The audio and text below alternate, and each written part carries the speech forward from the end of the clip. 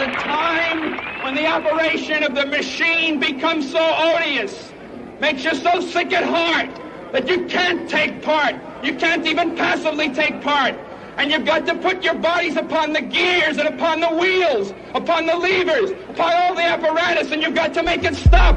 And you've got to indicate to the people who run it, to the people who own it, that unless you're free, the machine will be prevented from working at all. Australia's best independent news and opinion radio show, The Daily Australian, with Nicola Charles and Jason Olbourne. Hello and welcome to the Daily Australian for Wednesday, July the 2nd, 2025. It's episode 124 and we have got an action-packed show for you today. There's a whole lot going on. Welcome back and happy hump day, Nicola Charles. I was really excited when I got up this morning, Jason. Happy hump day, everyone, because there was so much good news, a plethora of good news, that I thought this is going to be such an exciting show, and it is going to be an exciting show. But because this is the first time, right? What episode is this? 124? The first time that we've had severe technical difficulties with a guest because we're trying to bring good news. Good news that relates to a situation with the Australian E-Safety Commissioner losing a case. And I find that sort of like a story in itself, Jason, don't you? Because someone's trying to come to us from Canada. Well, absolutely. So just to fill everyone in, the way that the Daily Australian works is we generally record the show and we quickly turn it around. And if there are any glitches, we're able to sort of just take them out of the show and keep it as succinct as possible for you, the viewer and the listener. So today, when we started out our record, we were joined by Billboard Chris, and we started the show, and within 60 seconds, he dropped out. So we thought, oh, well, it's an internet glitch, pause the record, etc. Anyway, when you do that 15 times and you've rebooted your computer, rebooted your internet, and we've all had a break and come back and it still happens, then you have to start asking some funny questions. So we contacted StreamYard, who said there's been no reported outages anywhere in the world today. So it's not that. So what is really going on? We just have to start scratching our heads and wondering, is someone meddling in? It's even forced us to look up who owns StreamYard, to think, well, is this really one of those great big globalist plots? Who knows? But I found out that the Berlusconi family, the kids of the former Prime Minister, Silvio Berlusconi, are the current owners in a company called Bending Spoons that acquired StreamYard in November of 2024. I don't know what it's all about, but what we're going to do for today's show is we're going to continue the show as you see it, and then somewhere we're going to either insert or add it in somewhere, or at the end, an interview which we're going to do on a different platform. We're not going to say what it is because people might find out and try and get in there and do something to us, but it'll look a little bit different, but we are going to get Billboard Chris on the show. So what I'd like to do, and we have promoted it, and this is what we're going to see here, that Billboard Chris has won his landmark free speech case. Chris is going to come on and explain what's going on, but so I can give you a little bit of a teaser. This is from his X page. He said, I'll add a link to the entire ruling soon, and it is a truly devastating blow for the E-Safety Office. All of their experts were dismissed as unconvincing and contradictory. In her worst dreams, the E-Safety Commissioner could not have expected such a total defeat. More importantly, this ruling provides a safe roadmap for free speech in Australia when that speech intends to genuinely debate matters. With a shoestring budget, we went up against the inexhaustible resources of the government and won. Why? Because we have truth on our side, and all they have is authoritarianism and lies. Well, that is pretty exciting when you think that it is a real David versus Goliath affair. This comes out simply because Chris is a concerned parent like many of us, and was worried about children being given irreversible surgeries, underage, etc. And then, of course, the expansion of this that has become an industry in itself.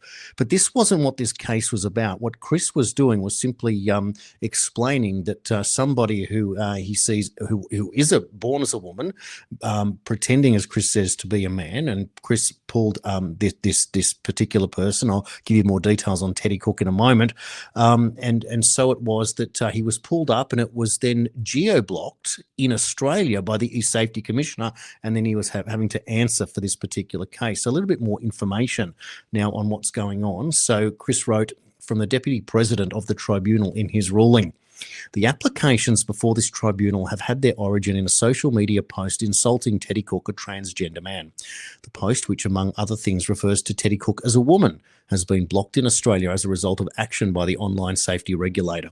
The person who posted the material and the platform on which it was posted have both challenged the decision of the regulator to issue a removal notice. The broad question to be answered is whether the post meets the statutory definition of cyber abuse material targeted at an Australian adult. The more focused question is whether I can be satisfied that the necessary intention to cause serious harm to the subject of the post has been established. Based on the evidence before me, I am not satisfied that it has. Consequently, the decision of the eSafety Commissioner to issue a removal notice is set aside. You know what this means, Australia? You are perfectly free to call a man and a woman. It's not misgendering and it's not cyber abuse, writes Chris. The only people misgendering are the ones who play along with the cult of gender. There are two sexes, zero genders and infinite personalities, he writes.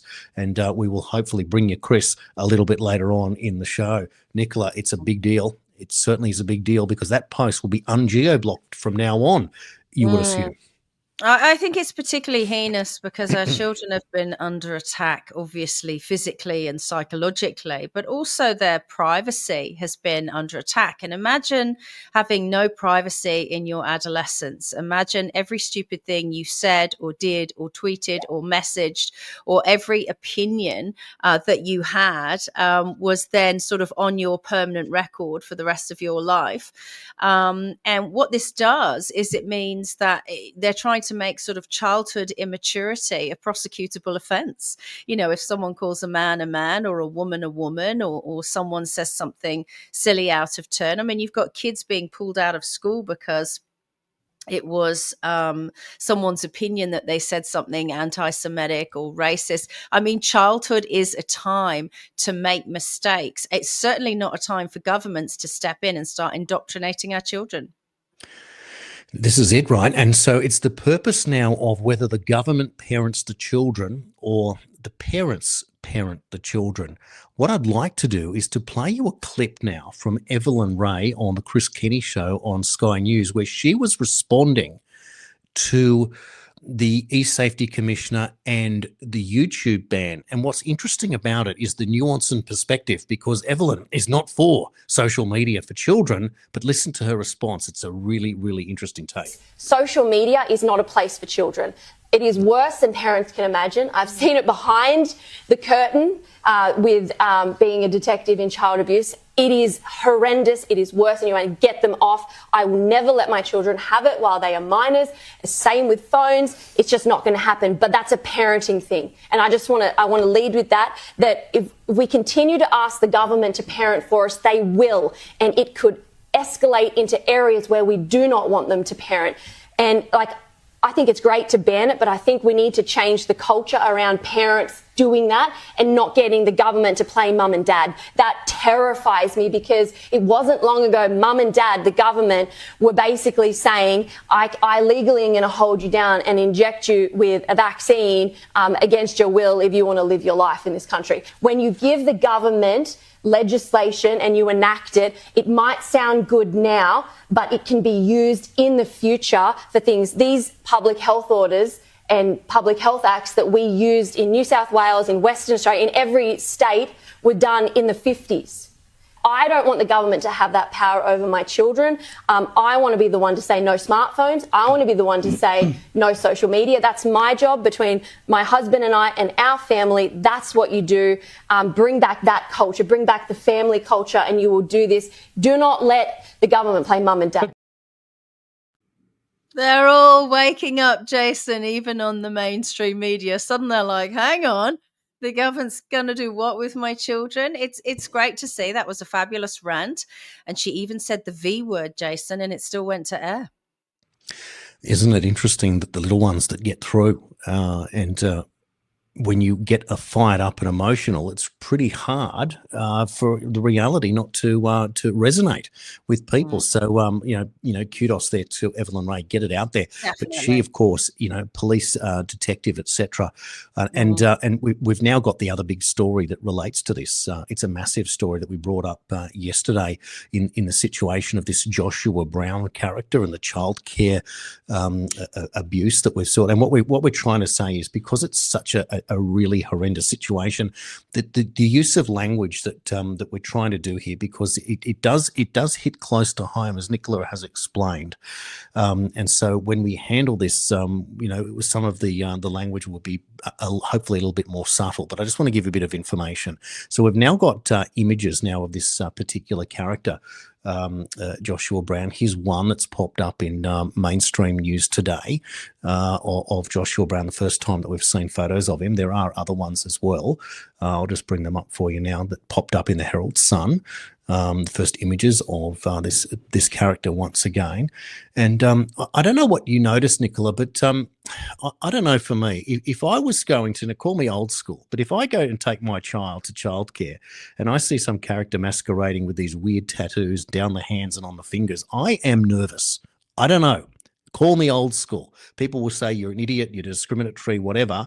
I just have a gut feeling about it, and I don't know if anyone else does. The other gut feeling is that you don't know, as a parent, of course, the resumes of said childcare workers. So generally, what you would do is you would interview them on the run. You'd speak to them, you'd be introduced, and I remember going through this process at the local kindy.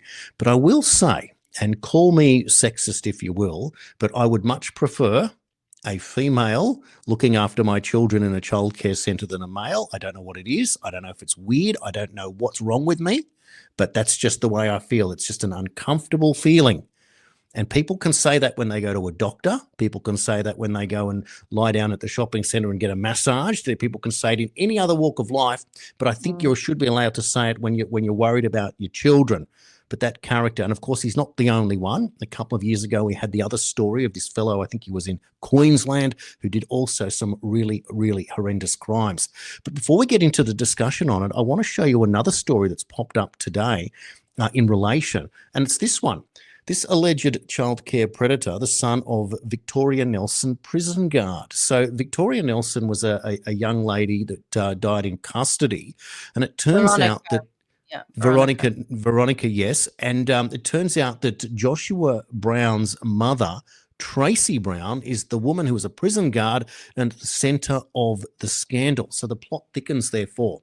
But how, again, you look at it, and my first thought was, how does someone whose mother is a prison guard commit crimes that are going to end up in a prison for the rest of your days?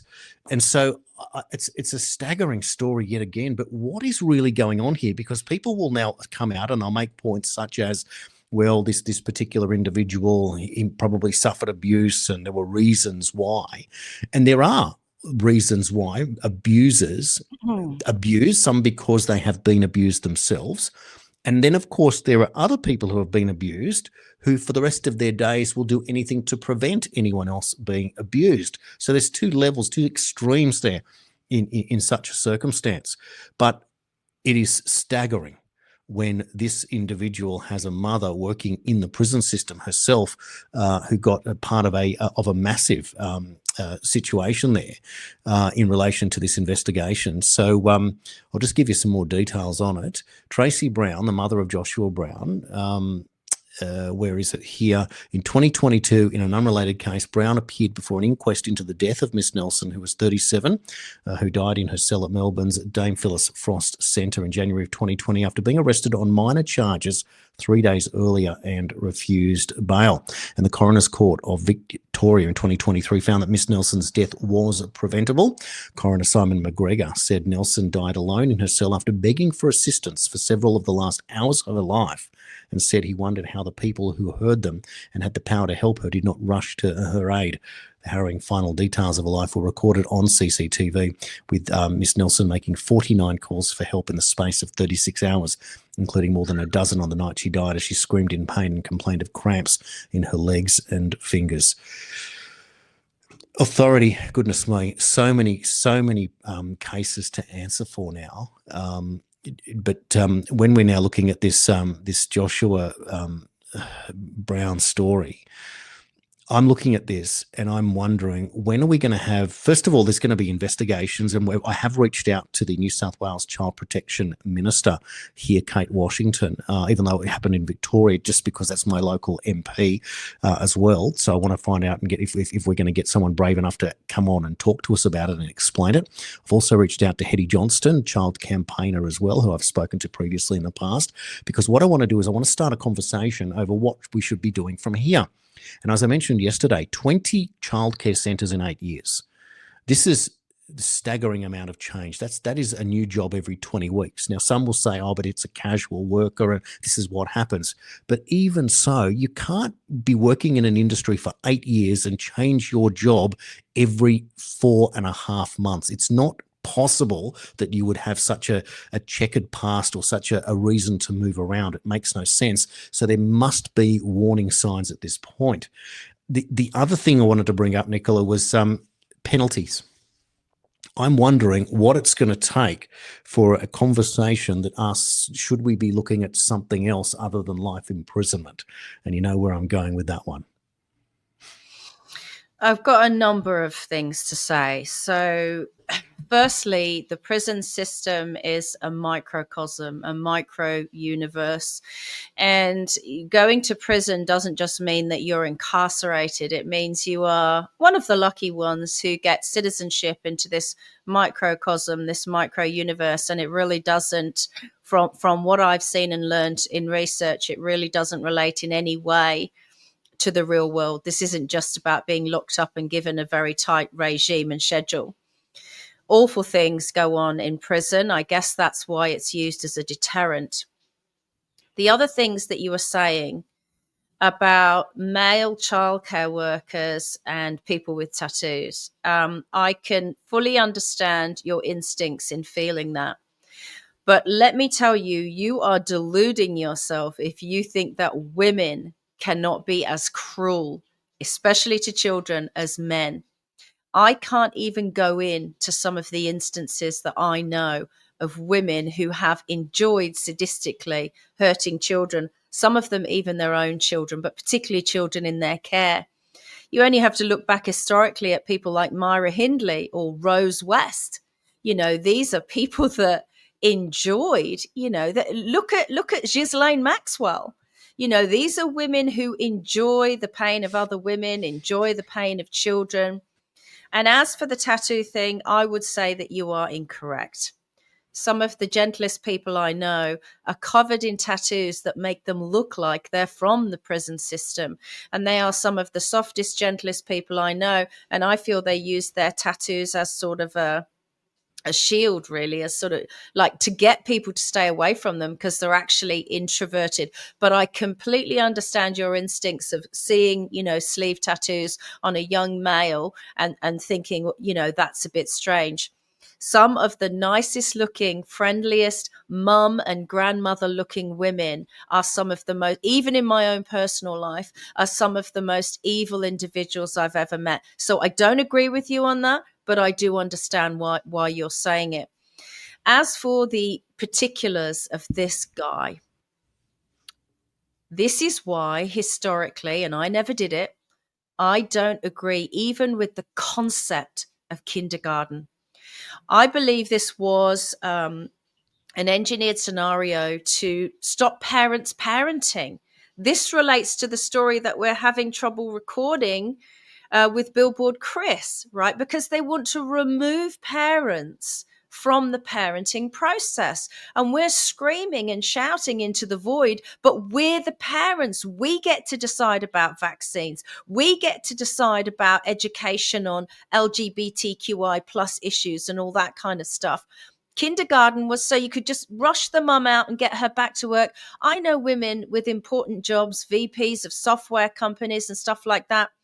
They literally drop the babies out, twins, and then they just go back to work 2 weeks later, you know, and then later on in life, they wonder why they don't have a maternal bond with their children or why they're acting out. All of this stuff that governments propose are detrimental to children.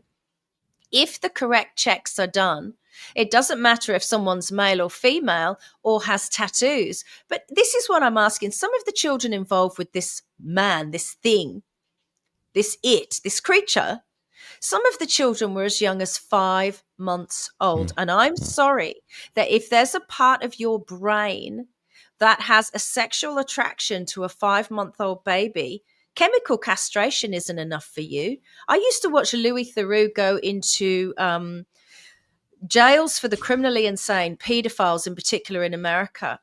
And he had open and frank discussions with them. And you could see that he was repulsed just being in the room by these people, but he gave them their voice. And do you know what they said? It doesn't matter what you do to us down there. It's the thoughts. We're never going to stop thinking about it. I've seen interviews with elderly paedophiles over 70 years old coming out of jail in the UK following sentences for their crimes. And they say things like, well, I'm too old to do anything about it now, but it doesn't mean I'm not thinking about it.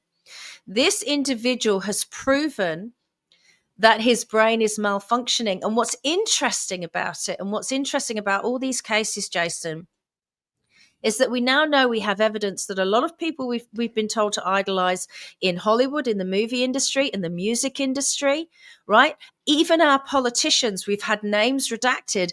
These people have this same malfunction in the brain, right? And they're not held to account for it. Now, they're allowed to hold this person to account because he's not important. He's not one of them.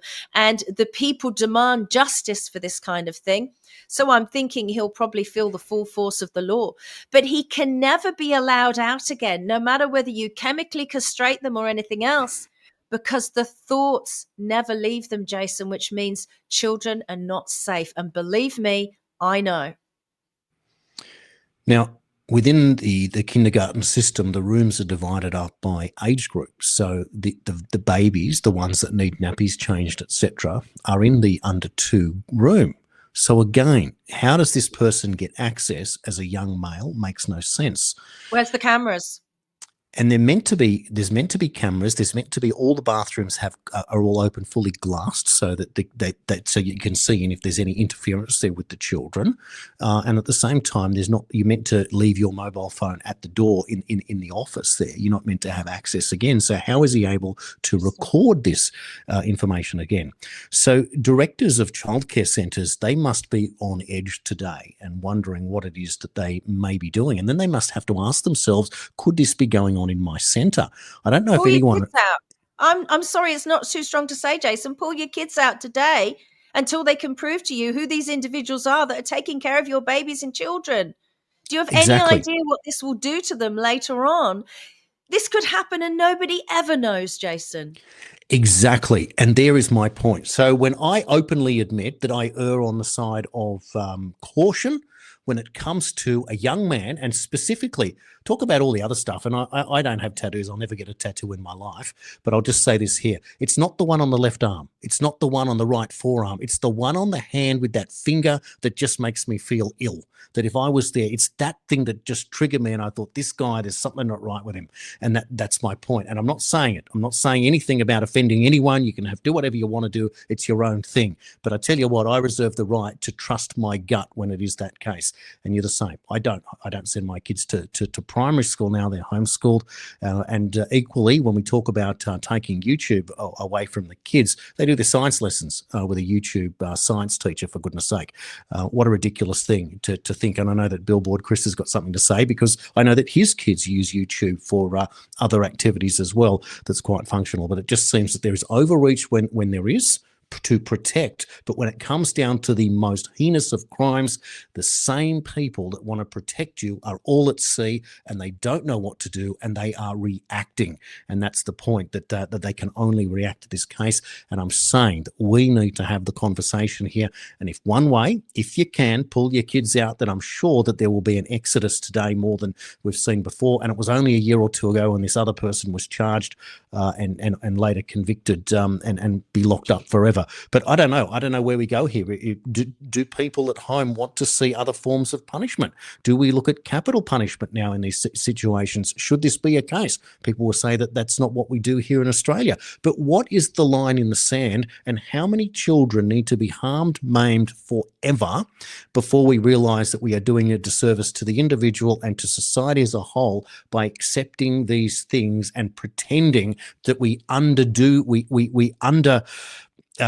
enthused about it to just go, well, this is the system that we're at. Well, it's not working. It doesn't work. And these opportunities are beyond anything that we could ever imagine. I'm flabbergasted. I'm saddened. I'm fired up. I'm angry. And I can't believe that we're almost halfway through the show and we're on this particular topic. And we said it was a good news day, Nicola. I think overreach, like government overreach, is a massive understatement. This goes well beyond overreach. This obviously, people have talked about it now for the last few years. This is totalitarian control. And you've set up a society, haven't you, with inflation and interest rates and stuff, that people can't actually afford to stay home and have children. And I know we're told we've got declining populations and we're not replacing the population quick enough. I'll tell you now, if I was of childbearing age and my only option to have children was to leave them with these kind of people, I wouldn't have children. I understand what you're saying, and I just find it so sad. And I have family members that say that they don't have children because they wouldn't bring a child into the world. And I say that's the entire reason to have children, is how are you going to change it if you let evil take over at that point? And so we have to, this is what we're here for. As Clive James wrote in this beautiful poem, the only reason that we are here is to replace ourselves. That is the process of evolution in real time. But isn't it tragic? But there is so much pain, Jason. There are so many threats psychologically, physically, financially, even with freedom of speech, that they're going to keep everything on their record digitally with their digital ID, and you can't get a job when you're 30 because when you were 15 you said something that offended someone and they felt was racist. What you're doing, you're literally, if we don't manage to bring this down, and I think we are bringing it down, saying it's a good news day, I really do, because they're ripping into Keir Starmer now in the UK as well, even in the mainstream media. If we don't bring this down, there is a risk that you are bringing innocent life, and it's always innocent at the beginning, and that's the other disgusting part about this paedophile.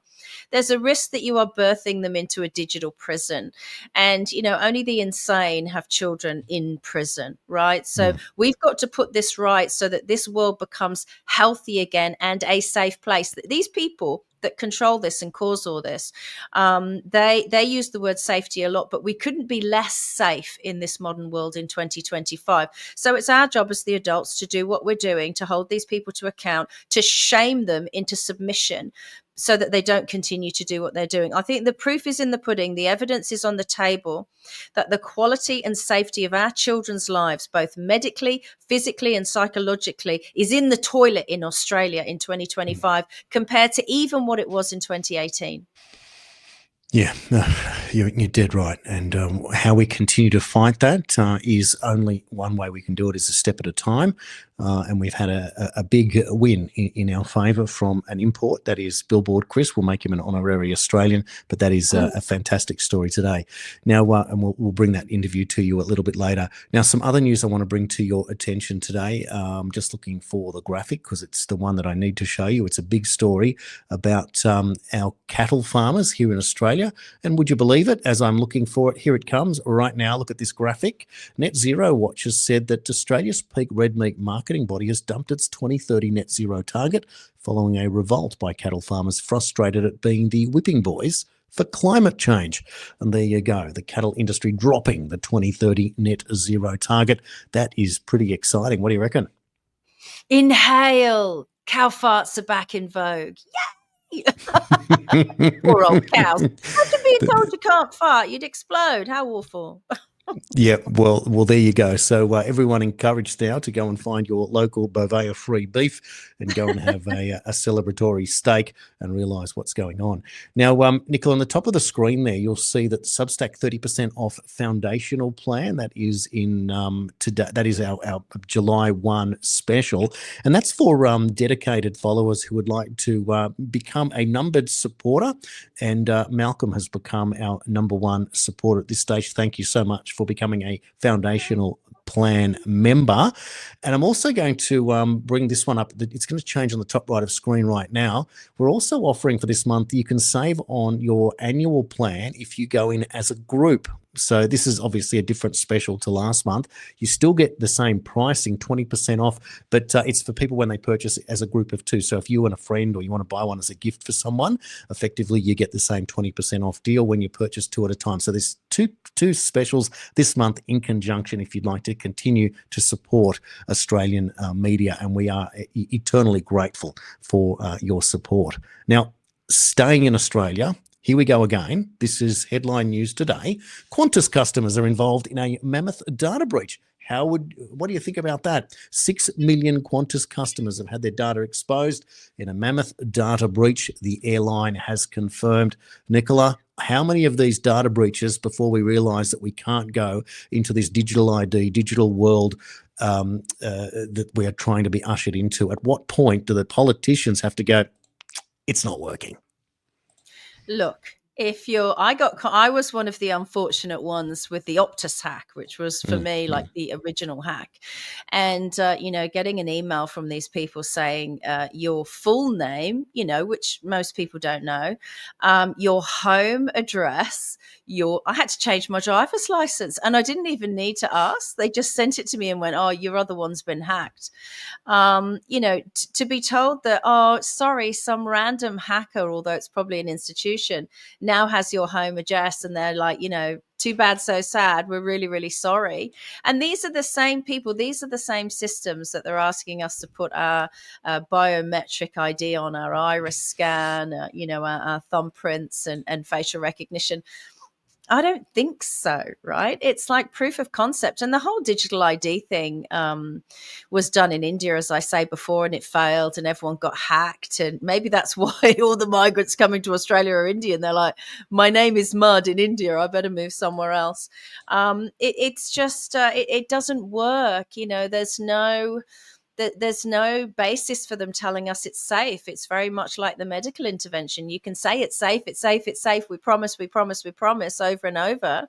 The evidence is there that it's not safe. So, yeah, luckily I don't fly anymore because I have concerns about pilots. So I'm not worried about the old Qantas hack, but it's very unfair. It's very unfair. We've got data privacy laws in this country, and they don't seem to be doing anything to protect us.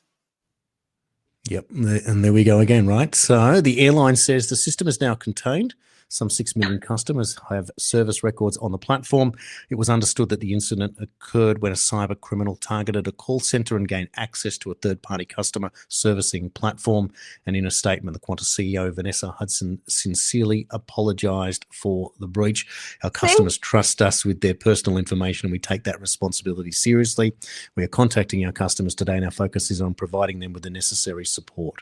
Well, how about we work out other ways that we don't double down on this nonsense? And this is this underperformance. So in the real world, you're meant to underpromise and over-deliver. And in government, they over-promise and under-deliver, and it's chronic and it's terminal. That's just the way that it works. And what do they do, Jason? What do they do when they over-promise and under-deliver?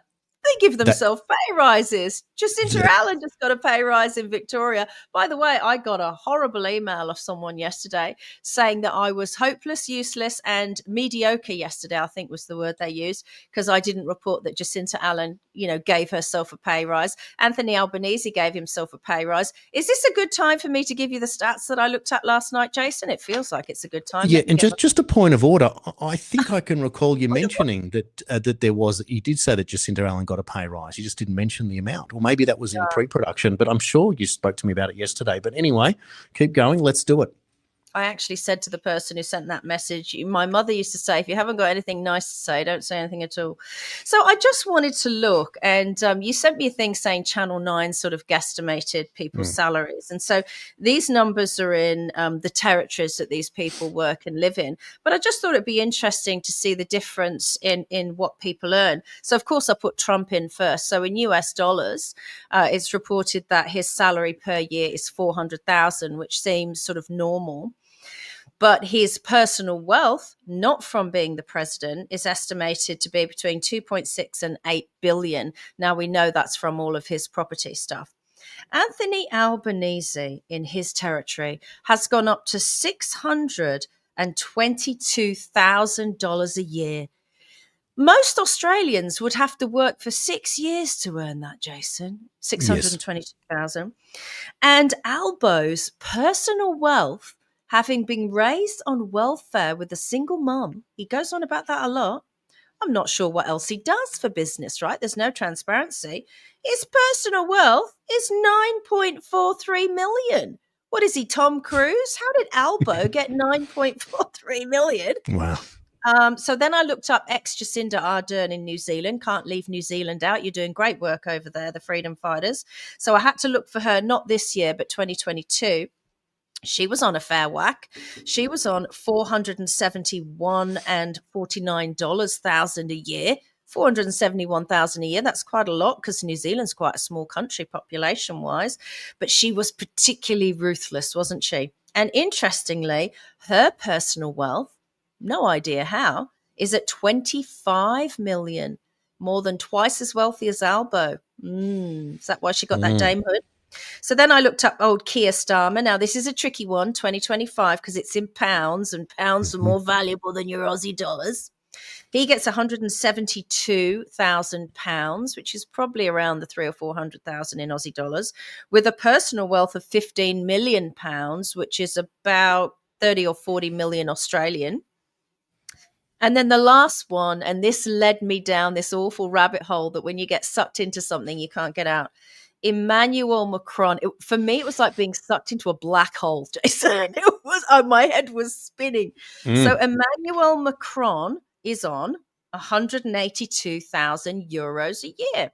So you think, okay, that's his salary. So then I looked up, okay, what's Emmanuel Macron's net worth? And to get to Emmanuel Macron's net worth, you had to go through these meandering stories in Forbes talking about his wife's income from when she was a teacher, as if that was going to have anything to do with it. Turns out his net worth is 50 million euros. So he's wealthier than all of them except for Trump. He's in the big game category. He's halfway to being a billionaire, right? Is that what it is? I don't know. 50 million euros. But guess what?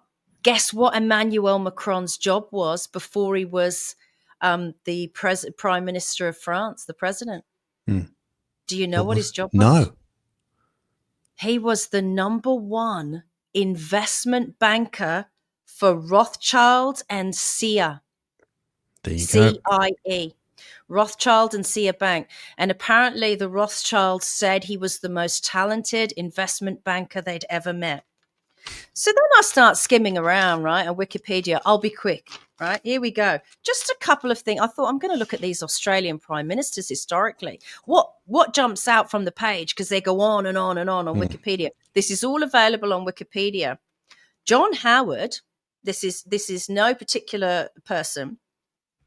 John Howard, to this day, remains an honorary doctorate of the Hebrew University in Jerusalem for combating terrorism. That was his first honor. And I thought, oh, okay, interesting. Paul Keating was on, and he's still on, the advisory committee. Is he alive? Can't be still on it. Is on the advisory committee for the Chinese government's development bank. Yep. Right? Did you know that? Yep. I did know that one. Julia Gillard. Are you ready for this? She's the chair of something. Do you want to know what she's the chair of? 2025. The Wellcome Trust. There you go. That's right. And what was the other one? The last one, Gough Whitlam. This is interesting because no one likes Gough Whitlam because it's believed that he put all the machinery in place to circumvent the Constitution, right? Gough Whitlam, and this is on Wikipedia, is believed to have been dismissed and removed from office in Australia by the CIA. That's what it said in Wikipedia. Yep. Which is interesting there because that means he would have done something that the CIA didn't like. But of course, that was the dismissal, Curse Kerr, back in 1975. So isn't that interesting how history is, sandpaper has been used on some of those terms there. But of course, and then we asked questions about Pine Gap and Kim Beazley asking to enter when he was an elected politician and was not allowed to visit Pine Gap as he was the Defence Minister of Australia.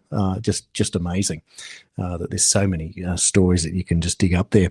And when I was at high school, I remember that the New South Wales Premier had a higher salary than the Prime Minister.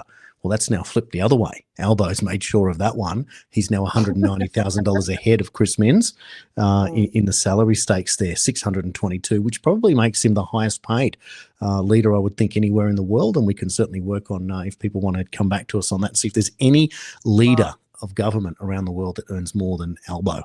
Good on you, Albo. That's one claim to fame, to be the man from the houses that became the wealthiest of all the highest paid but there's, Jason, there's other wealth. Pinned at the top of my X account today, and I usually pin the show, but this was so great. It was a piece on the Brownstone Institute that was taken from the author's Substack. And so many great things in there about what's going on. Really an amazing essay, right? But the one thing I took from was that what makes you wealthy at this time in history is ownership of your time. And the author was virtually thanking those who had deplatformed him, caused him to be unemployed because he told the truth and spoke out against everything that was happening, because now he's the owner of his time and he believes that to be more valuable than money. And I totally agree. Yeah, well said. Now, at this point, I just want to bring it up that what we're going to do now is we're going to cross to Billboard Chris. We're going to speak to Billboard Chris. And then after that, it's going to look a little bit different. Then we'll return back to the show proper. Well, here we are with the promised interview with Billboard Chris. And Chris, welcome to the Daily Australian in an unusual concept. We've explained it all on the show, but we've finally got you. Please let us in on the good news and any developments since. Sure. So for over a year, I've been in a legal battle along with X with your e-nanny, the e-safety commissioner, Ms. Julie Inman Grant, who thinks it's her job to censor the internet for the entire world, including people in Canada like myself. And a little over a year ago, they ordered one of my posts taken down, where I criticized the appointment of an Australian woman named Teddy Cook, who had just been appointed to a panel of 20 so-called experts at the World Health Organization, tasked with drafting healthcare policy for the world for people struggling with trans identification. She's not a doctor. She's not a health professional. She's an activist. She is a woman who says she's a man. She's a woman who posts bondage, bestiality, all sorts of terribly inappropriate things. The Daily Mail had written an article about her. All I did was post the article. I called her a woman and I criticized her appointment. And that was enough for your e-safety commissioner to deem my post to be cyber abuse. And they ordered X to take it down or face a $782,000 fine. X geo-blocked it in Australia. I then filed an appeal. So did X. Two separate appeals, heard at the same time, over a 5-day hearing a few months ago in Melbourne. And the news just came out yesterday. We won. Yeah! So, congratulations. This is a big deal, actually. This is precedent setting. And the ruling, which is 60 pages long, has all sorts of great stuff in it. And obviously, we're not going to get into all of that today. But pretty much every single legal argument that the e-safety commissioner made failed. And I just want to highlight one thing really quickly, which was this was the deputy director, the judge for this tribunal. He actually quoted me from my testimony in his ruling, which for him, this is one of the reasons that it was clear I did not have intention to cause serious distress to Teddy Cook, which is what one of the measurements of this law is. And so he writes here, quoting me, "Because I believe that sex is immutable, I am personally convicted that I will not use incorrect pronouns to describe any person, including trans-identifying people who identify as the opposite sex. I will use their preferred names, but I only use sex-based pronouns. Because I don't think it is loving, progressive, or ethical to lie to a person and affirm that they are something that they're not. I believe that calling a man a woman and vice versa is not only untrue, but also has implications for the rights and safety of women and children. So that's all obviously true. We have a social contagion affecting the entire Western world where now literally millions of people identify as transgender, hundreds of thousands of kids, tens of thousands have been irreparably harmed, maimed, sterilized, turned into lifelong pharmaceutical patients. We cannot let this continue. So the judge found that my post did not meet the standard of cyber abuse. Obviously, one of the rulings of this is that we can call a woman and we can call a man a man. We don't have to play along with these ridiculous games. So No. this sets a precedent for all these other cases. And for all these people who are afraid to do this, you've got this in your back pocket now, and that's never going to go away. Now, just moments ago, before we started this talk, I received an email from X telling me this is a follow-up to our previous correspondence. At this time, we are no longer withholding access in Australia to the following post. And the post that started it all, the post that has been geo-blocked for all of the Australians, is now back. So I'll tweet that out very shortly. And it would be terrible if all of the Australians retweeted it again. This is amazing, Chris. I'll tell you why. Because something that's really important for us to fight back in Australia, as I'm sure you're aware, is legal precedent. And that's what you've done. And I can't thank you enough for setting a legal precedent against our e-safety commissioner, as you rightly say, unelected, and none of us need or want her. We've got an American from the land of free speech, land of the free, home of the brave, coming to Australia and dictating not just what we can see and what we can post, but you yourself in Canada. Really extraordinary. Congratulations. Very proud and very grateful, Chris. Thank you. Yeah, this is important for the whole globe, I think. Yeah. All these bureaucrats and politicians, they all go to the same conferences, they all think the same, they all write the same laws. It's actually activists writing these laws. Yeah. And they use their networks to implement these same laws in all the different countries. So Europe has this Digital Services Act, which is somewhat similar to the E-Safety Act, where if Germany deems one of my tweets inappropriate, even though I'm in Canada, they'll order social media companies to take it down for the entire European Union, affecting 450 million people. Canada wants to pass a similar law. So I think rulings like this, and they are starting to stack up, should give these bureaucrats and censorious authoritarians pause, because we're winning and these wins are just going to keep stacking up. And it's going to keep costing, unfortunately, taxpayers money. But hopefully, the more we reach the people of Australia with the news of this, they'll get the message when it comes to future elections and we can abolish this ridiculous position of e-safety commissioner completely. It wouldn't be a day too soon either, Chris. And a couple of points I just want to make in observation is that, first of all, you entered this realm accidentally because something affected you and effectively you had to become your own activist. But also in doing so, that you have maintained a standard that you have set that is exemplary and something that all of us who wish to do something similar can look to you to be able to work out how we should conduct ourselves, the way that you speak, the way that you appear, the way that you dress, the way that you write, and the way that you've just described the events there. And I think it's very, very important that we do understand that in order to break down the system, even when we know that it's obvious, it is still a long-winded process. It is expensive. You have been detained in certain areas and you've been through absolute hell. And you do this not for yourself, but for others who would be victims of a system of unawareness due to a cancer of woke ideas. And you have explained it in a way that all of us can rejoice and take this victory as if from one comes many, and we owe you a debt of gratitude for a very, very long time to come, Chris. And I know for you, you're just taking it in your stride, and tomorrow you'll get up and keep going. What's your next plan? What are you going to do next? Well, I'm actually opening a nonprofit, so that's got me busy. But in August, and I'm already working on this, I'm going to try to get events going in all 5 boroughs of New York City, because we need to try to stop this man named Zoran Mamdani, the Democrat candidate. We need to stop him from getting elected as mayor. New York City has over 8 million people. That's the size of many European countries. It's the financial capital of the world.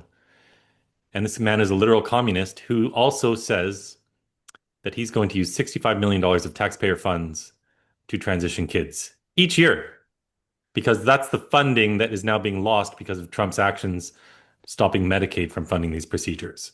And I know from experience from talking to thousands of people on the street, I know all the Black community, all the Hispanic community, all these immigrant communities, they all support me.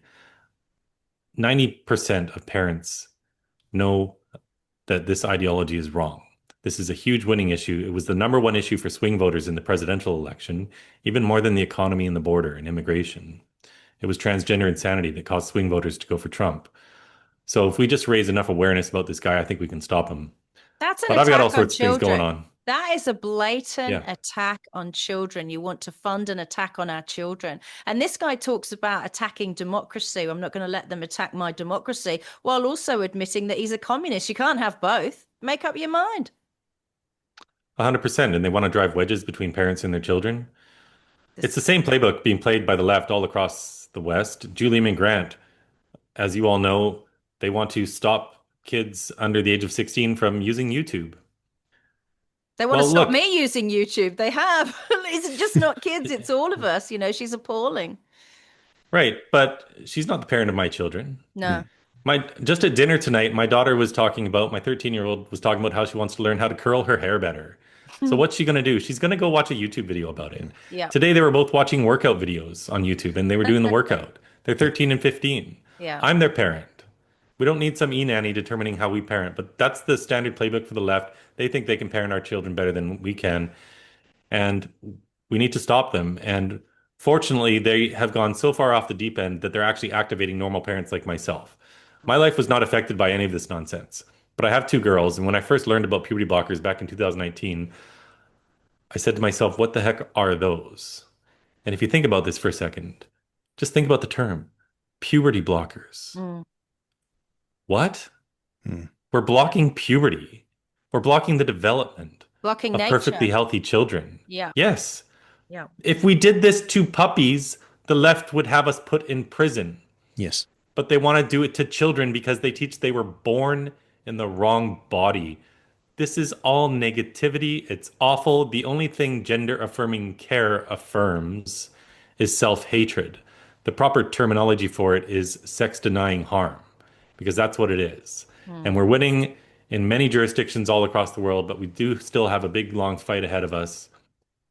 But there's always positive things. And I want to thank you for what you said before, Jason, about my approach, because in this ruling, even the deputy director of the administrative tribunal points to that. And he says, in all my dealings, there's a consistency in what I've been saying.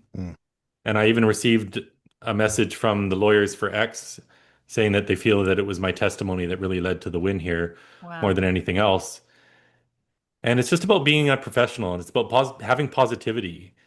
And you can't just complain about things all the time. You have to present the positive vision for things. And on this issue, the positive vision is that our children are beautiful just as they are. No drugs or scalpels needed. There's no right or wrong way to be a girl or a boy. If Nicola climbed trees when she was younger with her beautiful toque on her head, we call them toques here in Canada, and she wanted to play in the dirt and kick around the football, well, there's a term for her that works perfectly. It's beautiful girl. Yeah. Tomboys are beautiful girl. That's not exactly what I was. Chris, that's exactly what I was. I only hung out with boys. I only played boys' games and sports. I was a complete tomboy. And then when I became a woman, I enjoyed being a woman. And one of the problems I have with this whole puberty blocker thing, just as a mom, I too have two daughters, is that how do children know that they don't want to be a man? They haven't been a man yet. And how do girls know that they don't want to be a woman? They haven't been a woman yet. So don't insert yourself into that organic human scenario and take something away from them they haven't even experienced yet. Right. I don't want to get too gruesome here, but even the president for the World Professional Association for Transgender Health says of all the boys that started on puberty blockers at what's called Tanner stage 2, that's the beginning of puberty, as adults, they've had no sexual function. Terrible. So what 10 or 11, 12-year-old can consent to that? They can't even understand it. Yeah. And on the subject of what does a little girl know what it means to be a woman? Obviously nothing, because she's never been one. Yeah. Obviously a boy doesn't know that. But guess what? It's not a choice. Yeah. We don't get to choose this, and Yes. that's okay.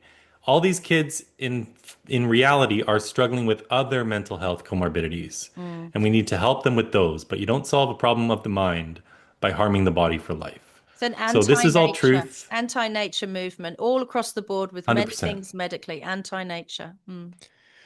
Chris, And when we educate enough people about this, Yep. they get fired up, they get active fighting back.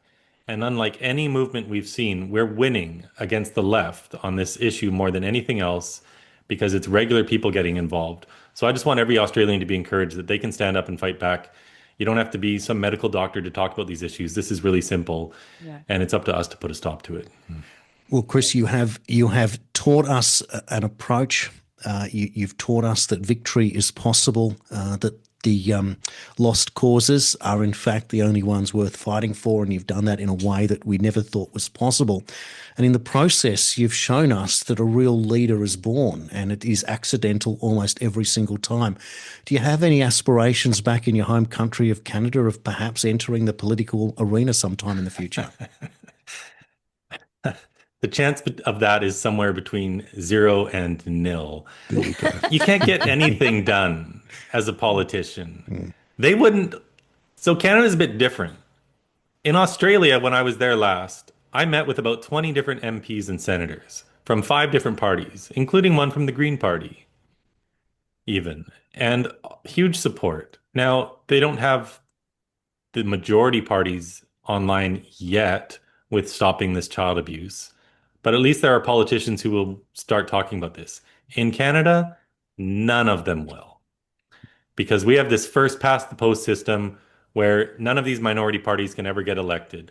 And the only way you're even allowed to run for the Conservative Party, for example, I would have to toe the line. I would have to avoid all the controversial issues. Pierre Poilievre, the Conservative leader, won't talk about these issues. He's only done it once or twice. He tries to avoid it like the plague. And nobody who will talk about them is even allowed in. So our system is kind of irreparably broken. We're going to need massive change among the populace in order to get these politicians eventually to come along. So I think that's what my role is. But I'm also more focused on the entire world on this one issue, not just Canada. Well, you have led by example, as I said, and we are eternally grateful for the work that you've done for us here in Australia as a citizen of the world, and we cannot thank you enough. Billboard, Chris, thanks for your time today on The Daily Australian. Thank you. Thanks, Chris.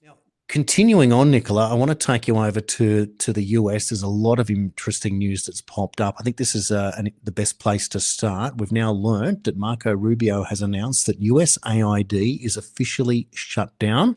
All vital programs and grants have now been moved to the State Department, given that he was overseeing USAID and is the Secretary of State. And what it immediately prompted was... there you go, old Chucky. People will die, kids will go hungry. He's also referring there to the big beautiful bill. However, CNN got in on the act. They have reported that Secretary of State, who has announced the official closure, their first reaction, its closure could contribute to some 14 million deaths in the next 5 years. Meanwhile, they had nothing to say about the risks of experimental medicine. Let me just show you that clip now. It's a quick 10-seconder. Secretary of State Marco Rubio is hailing the end of USAID, the nation's largest foreign aid agency, even as a new analysis finds that its closure could contribute to some 14 million deaths in the next 5 years. Hang on. It's been proven. It's been proven, right, in a Senate hearing that less than, I think it was 12 or 13% of all money spent ever got to poor people or where it was needed. So I don't know where they pulled that from their backside. 14 million people are going to die. No, what's going to happen is about 14 billionaires will stop receiving funding. Well, this is exactly what's going to happen, isn't it? So those people, those philanthropists that rely on government money, well, they're going to certainly struggle. Now, in semi-related news to our discussion with Billboard, Chris, this is another story that's broken today in the New York Post. Leah Thomas will be stripped of titles after university bends the knee to the Trump administration. That's the way they've worded it. But Leah Thomas, the trans swimmer that won all those medals, well, got to give them back. How about that? That's an interesting development there as well. Well, I think that's fair. I mean, I think that's fair. But it still annoys me, even for that person. I have empathy because, you get caught up in a period in history it's like it was the mad decade, the mad few years. Insanity reigned. Also, I don't have much respect for an individual who is clearly biologically stronger, faster, bigger, better, and then would be happy to stand there and go, I'm so great and I won gold because I beat you, little lady. And these little ladies, these little girls have been getting up at 3 a.m. for the last 5 years for their dream to go for these swimming comps, and they get denied that, and they were always going to be denied that because of an insane extremist social ideology. Absolutely. Well, also happening in the US, this popped up on Fox News today. The FBI blocked a probe into the alleged Chinese 2020 election meddling to protect director Christopher Wray from fallout. Documents show the FBI recalled reporting on allegations the CCP manufactured fake driver's licenses to be shipped to US to help individuals cast fraudulent ballots for Biden because it contradicted Wray's testimony, which was to say that it never happened. These things are just getting crazier and crazier by the day. And you just get to the point where you're going, well, when are we going to see Christopher Wray perp-walked, handcuffed for committing what would have to be very close to treason, Nicola? Not just Christopher Wray. I mean, literally, we're looking at the end of a very well-made bed, and there's 4 little toesies, 4 sets of toes hanging out the bottom, and they're the toes of Joe Biden and Xi Jinping. I mean, could they have been any more in bed together? Where are those memes, right? China Joe, we always knew, and he allowed this to happen so that he could win and he could advance the agenda of the New World Order and the One World Government. And Joe Biden and Kamala Harris and Hillary Clinton and George Bush, both of them, and Barack Obama, these are the real traitors to America. Maybe not America the machine, but I'm talking about America in the term of the American people, right? I lived there for 7 years, and American people are amazing. We see all the shows about serial killers. We're exposed to America via Hollywood. Real Americans are so welcoming. They're actually really well educated. And if they weren't well educated, they make sure they go on and get well educated. They will welcome you into their home. They will feed you. They will chat to you. They're hilariously funny. They are some of the nicest people I ever met. I couldn't have been more surprised. And I was in California, which is probably the worst state in America. I'm sure if I'd gone to Texas, I would have been really impressed. But these political dynasties, because that's what they are, they've done everything they can to steal from the everyday American, to subvert their democracy, to lie to them, to propagandize them. And the American people need to hold them to account. I know they're looking to the Trump administration to do that. I don't know if he can do that because there's certain national security issues, but we must never stop beating the drum on how awful these people were. Yeah, absolutely.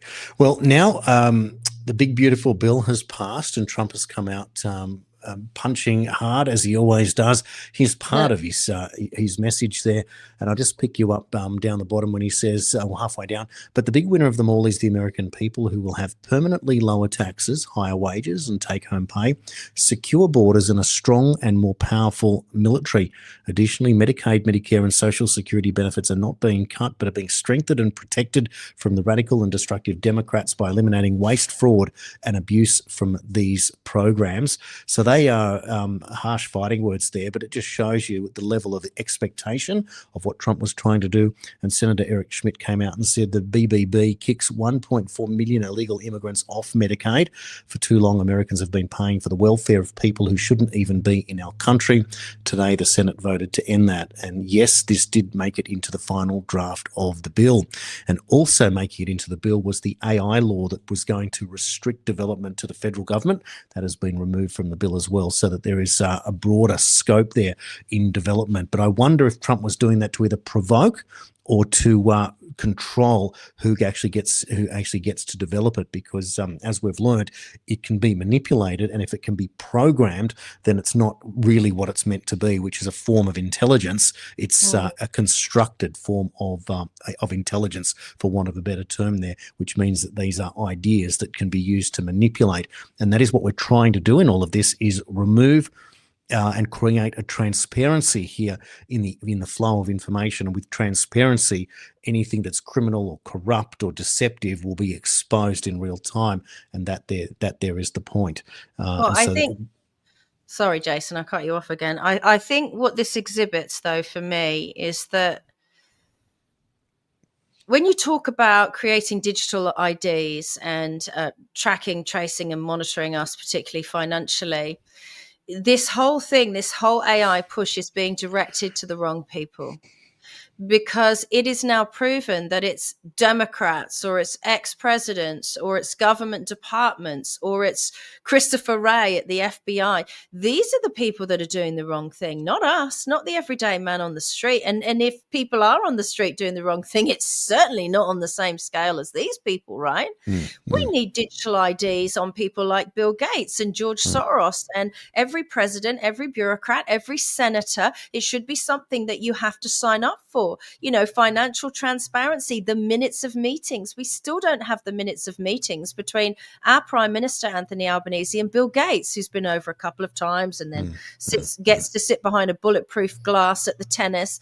They are working in a sort of a shroud of secrecy, right? And democracy is when we have transparency in government, and a dictatorship is when they have transparency in our lives. So all of this stuff with digital ID, I'll get on board with it if you turn it around, and the people that it's aimed at are the people who are paid as public servants, Jason. There you go. Makes sense, doesn't it? If you are in the public domain and you're being paid a taxpayer-funded salary, you're the one that needs to be transparent. It's not the other way around in privacy. Therefore, you would expect to be protected at all costs and not wholesale given up, because what you're really doing is covering your own tracks there and blaming someone else for your indiscretions. Now, this was an interesting post that I saw pop up. Look at that. That's Ben Fordham. Not welcome in the White House. Time for K-Rudd to come home. Did we say this yesterday? Yes, we did. Yes, we did. And maybe they can send K-Rudd over to China, where he's apparently an expert with his ability to speak. Was it Mandarin or Cantonese? But he did that in his when he was trying to get elected way back in 2007, and everyone was impressed that at the time that he could speak Wow. Chinese quite fluently. It was a bit like when Justin Trudeau came out in his early days of Prime Minister and was asked a question about quantum mechanics, about particles, etc. And he answered in a way that everyone was impressed. Oh, look at that. He knows all about quantum mechanics, so therefore we need this guy. So again, it was another smokescreen there to realise that Justin Trudeau was not what was promised. And Kevin Rudd there, where he has had a large level of animosity for Trump, and he's spoken out about it, and Trump obviously not willing to entertain that. So we'll see what happens. But Albo, he keeps backpedaling and sending out Penny Wong to do his talking about why it is that they were rejected. And good old Karl Stefanovic on Channel 9 was having a bit of fun with Penny Wong today, which was also interesting, just starting to get called out. There's a little bit of agitation now within the ranks of the government and their PR departments masquerading as TV stations, Nicola. I remember Justin Trudeau at the height of the engineered scamdemic when he was on a show in Canada that was sort of like, well, in England, we'd call it like Prime Minister's Question Time, where there was a live audience.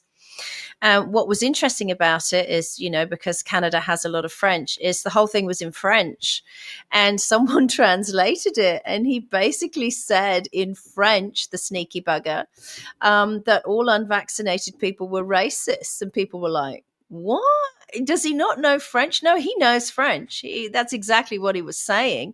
I shared something yesterday, Jason, a story where they're now saying that the unvaccinated for COVID-19 are flu, the unvaccinated for it, right? We're responsible for all the road traffic accidents in Victoria. Oh, of course, that's right. Yes, yes. What was the scientific analysis that was used there?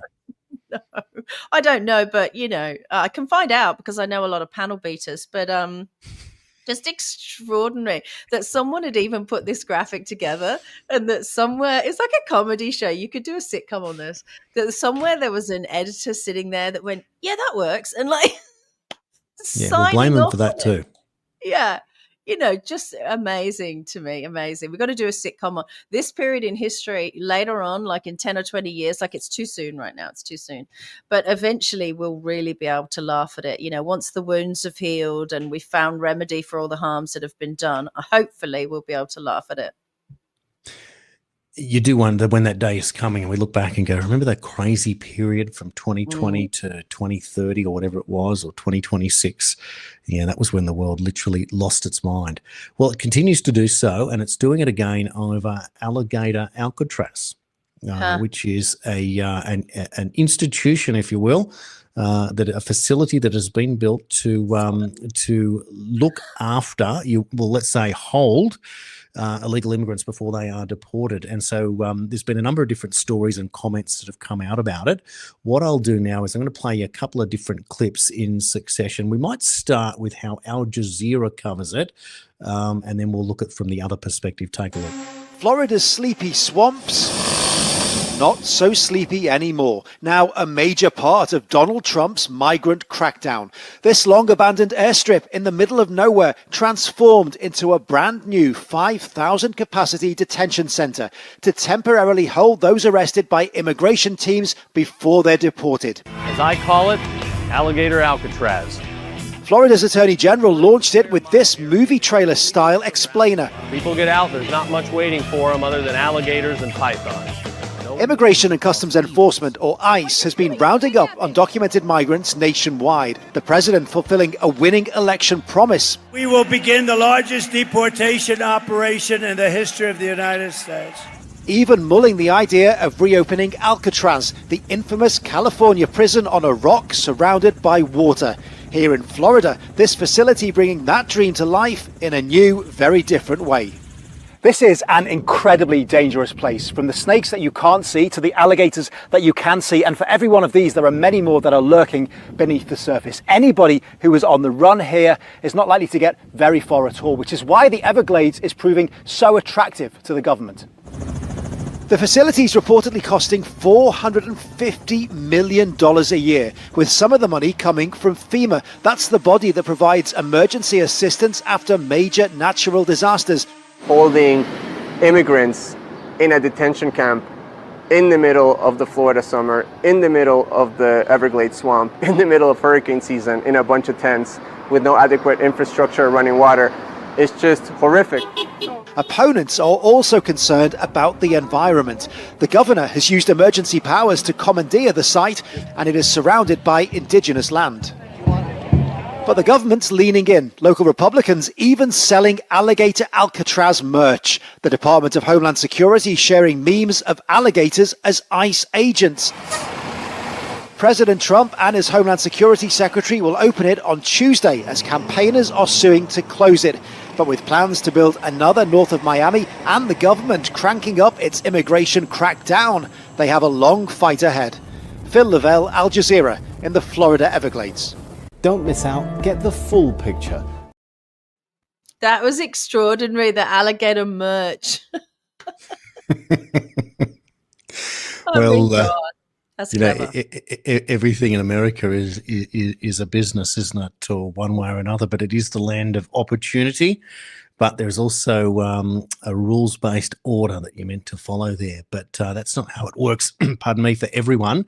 Now, what I'll do now is I'm going to play an interesting clip here from Stephen Miller on the issues surrounding immigration. He really has, punched above his weight. Take a look. To have 0 successful illegal entries in an entire month should be an impossible achievement. There's a 2,000-mile border with one of the poorest countries in the world, and you have open travel from 150 countries into Central America and South America. There are 2 billion people in the world that would economically benefit from illegally coming to the United States. And through the deployment of the military, through the deployment of novel legal and diplomatic tools, through the building of physical infrastructure, through the empowering of ICE and Border Patrol and the entire federal law enforcement apparatus, President Trump achieved absolute border security. And now, once this legislation is passed, he will be able to make that with those resources permanent. Watching what you've done, sir, has been one of the honors of a lifetime. I'm proud to be able to play any role in it. And what President Trump is going to achieve next with the resources in this bill will make America safer, stronger, freer, more sovereign, and more prosperous than it has ever been before. Thank you, sir. Thank you, Steve. Oh. Thank you. And the bill is going to be great for Iran. It's going to be great for Florida, too. There's a lot of set-asides for Florida. There's a clumsy-looking clip there. A bit. The audio wasn't particularly great. Apologies for that. I just want to say the first clip, which was great. Actually, I like the premise of putting any kind of jail or detention center somewhere with alligators around the outside. What a brilliant idea. That's actually better than Alcatraz, because if you get into the ocean from Alcatraz, you're free and clear as long as you're a good swimmer. But did you not get a real sense that those migration detention centers looked like our quarantine centers in Australia? I mean, is it too much to hope that these things have been set up for another reason and not the flu? I mean, a lot of money, billions were spent on them. They look very, very similar. And they've also been placed in parts of Australia that are, geographically quite formidable. Some of them in Australia, like if you escape, you're out into the outback. I mean, we don't really have, we have spiders and snakes, but we don't have, if you're near a river, there might be a crocodile, but it's the heat, the exposure that would kill you. And it never felt believable that that's where they would send people. I remember Scott Morrison saying it's for people coming off flights into Australia and they spend 14 days in them, and nobody did. So weird. I don't know what those centres could be used for, but they were shocking at the time that we saw, and the one in Queensland was eventually closed because it didn't have any business. But you do wonder, it's quite frightening. Now, this is some of the detail about Alligator Alcatraz. In just under 2 weeks, they were able to complete it, an aluminium frame structure rated for 110 miles per hour. That's a Category 2 hurricane. It's got 158,000 square feet of housing, which represents about it's almost a hectare and a half of housing. Fully redundant power supply with backup generators, 3 meals a day, hot meals a day, a staff village with a capacity of 1,000, a 24/7 medical facility, a pharmacy, air conditioning, indoor and outdoor recreation yards, legal and clergy support services, a laundry, 200 security cameras, 28,000 feet of barbed wire. That is a lot. And 400 plus security personnel. So they are certainly taking it seriously. And to build it in 8 days is an amazing effort. Well, they've got air conditioning. I mean, they're taking care of them. Look, this isn't a permanent place, right? This is something that's been set up as an in-between so that they can, I guess, put together the documentation they need to and send them back. Look, I think if you came over the US southern border during the Biden administration, you were well aware that you were breaking the law. Some of the people coming over were saying themselves on camera to like Fox News, we can't believe we're allowed to come in, right? But really and truly, because Biden wasn't abiding by the law, they weren't allowed to come in. And were it not for these activist judges, I think, they'd have been out of there even quicker. Extraordinary times that we've just lived through, lawless in so many ways, lawless for people, lawless for governments, lawless for even the courts and the justice system. And I can see Trump is a fast mover. Don't deal with the guy whose job it is to build things, not to get this stuff done. Absolutely. Now, the last clip that I'll play for the show today is a clip in response to New York candidate mayor Democrat Zoran Mamdani saying that he would block ICE from entering and removing illegal immigrants from New York should he become mayor. Well, this was Trump's response. President, your beloved New York City may well be led by a communist soon, Zoran Mamdani, who in his nomination speech said he will defy ICE and will not allow ICE to arrest criminal aliens in New York City. Your message to communist Zoran Mamdani? Well, then we'll have to arrest him. Look, We don't need a communist in this country, but if we have one, I'm going to be watching over him very carefully on behalf of the nation. We send him money. We send him all the things that he needs to run a government. And by the way, they get about 3 times what you get, Ron. If you look at the per capita, Florida gets 1/3 of what New York gets in terms of the numbers. Why don't you give us those numbers? Yeah, well, because that's what we should send him. Yeah, well, like sometimes people say Florida gets more because they count Social Security recipients, but that's not money to the state. Those are senior. There you go. He's going to keep a very close eye on Mamdani. This was Mamdani's response. My statement on Trump's threat to deport me, and his praise for Eric Adams, who the president helped out of legal accountability. So the Democrats are fighting amongst themselves. So Eric Adams was he's the current mayor of New York. He was a Democrat. He was then indicted because he challenged the Biden administration on illegal immigration, and Trump called that out and said, well, what they're doing to you is what they did to me. So Adams is running again as an independent. So Mamdani is now considered to be the hot favorite coming out of nowhere. Perfect rags to riches story for Democrats to get behind. And he's saying now that we will not accept the intimidation. The president of the US has just threatened to have me arrested, stripped of my citizenship, put in a detention camp and deported, not because I've broken any law, but because I will refuse to let ICE terrorize our city. His statement doesn't just represent an attack on our democracy, but an attempt to send a message to every New Yorker who refuses to hide in the shadows. If you speak up, they will come for you. Well, not actually, but that is what they're going to say. It is a big statement, and he is on notice. I would not want to be Zoran Mamdani going in there thinking that he's going to save the greatest, well, once the greatest city in the world by having subsidized government supermarkets and free everything that's going to somehow rebuild the city. It ain't going to happen. And New York is the one place in the world. I mean, goodness me, where does Wall Street come from? You're going to turn Wall Street into the Soviet Union? Where in the world has communism worked? How can he talk about how can he talk about an attack on democracy when he's a self-announced communist? When I went down this rabbit hole with regard to our own politicians, I forgot to mention there was something else very interesting. It took me down, and I honestly believe the hand of AI, and it must have been a benevolent AI that was realizing what I was trying to do. I found out that Gough Whitlam in Australia was a member of the Australian anti-communists, and they announced themselves, right? And guess who else was on the list publicly? Jackie Lambie. Wow.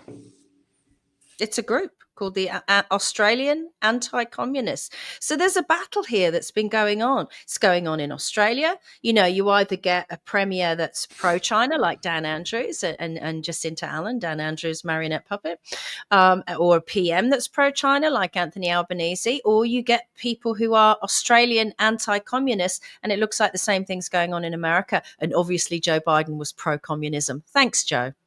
Yeah, exactly right. Well, it has been a blockbuster show today, and I hope you've enjoyed all of it. And it's been a hard one to put together, but we will continue to do the hard work for you, of course, and reach out to as many people as we can. So, yeah, look, that is episode 124. It's in the can, and please like, share, comment, repost, all those great things to blitz that algorithm once and for all. And we do have the E-Safety Commissioner on the ropes.